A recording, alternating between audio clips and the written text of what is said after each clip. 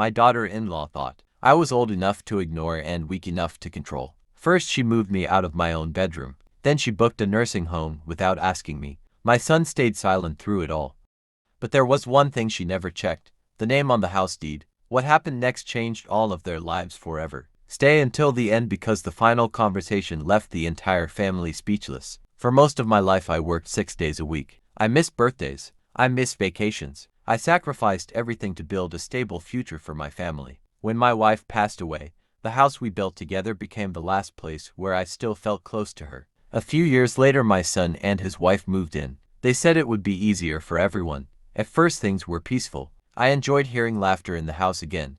I helped with groceries, paid utility bills, and even contributed money whenever they needed it. But slowly things changed. My daughter-in-law started treating me like a guest instead of the homeowner. She would rearrange furniture without asking. She made decisions about the house as if I did not exist. Every time I spoke up, she smiled and said she was only trying to help. One evening she knocked on my bedroom door. She told me that she and my son needed a larger room because they were planning changes to their lifestyle. She said I would be more comfortable in the guest room. I looked at my son hoping he would object. He said nothing.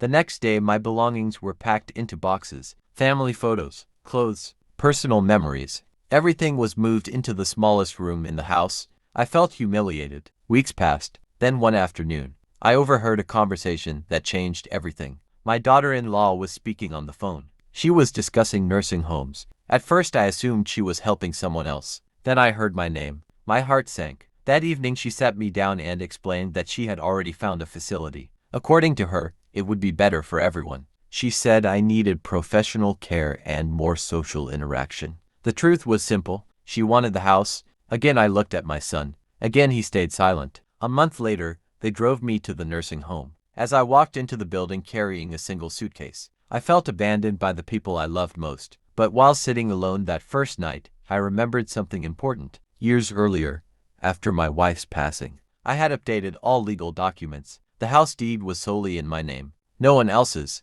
Not my son's. Not my daughter-in-law's. Mine. I called an attorney the next morning. After reviewing everything, he smiled and said I had every right to make decisions regarding my property. Over the next several weeks we prepared paperwork. Then I made a decision nobody expected. I sold the house, not because I needed money, because I refused to be treated like an obstacle in my own life. The buyer was a kind retired businessman who planned to renovate the property. The sale was completed legally and quickly. A few days later I accompanied the new owner to the house. My daughter-in-law answered the door. The confidence on her face disappeared the moment she saw us standing together. The new owner introduced himself politely and informed her that he now owned the property. She laughed at first. Then she realized he was serious. My son rushed into the hallway. The color drained from his face when I handed him copies of the documents. Neither of them could believe what they were seeing. My daughter-in-law demanded an explanation. I calmly reminded her that before deciding where I should live,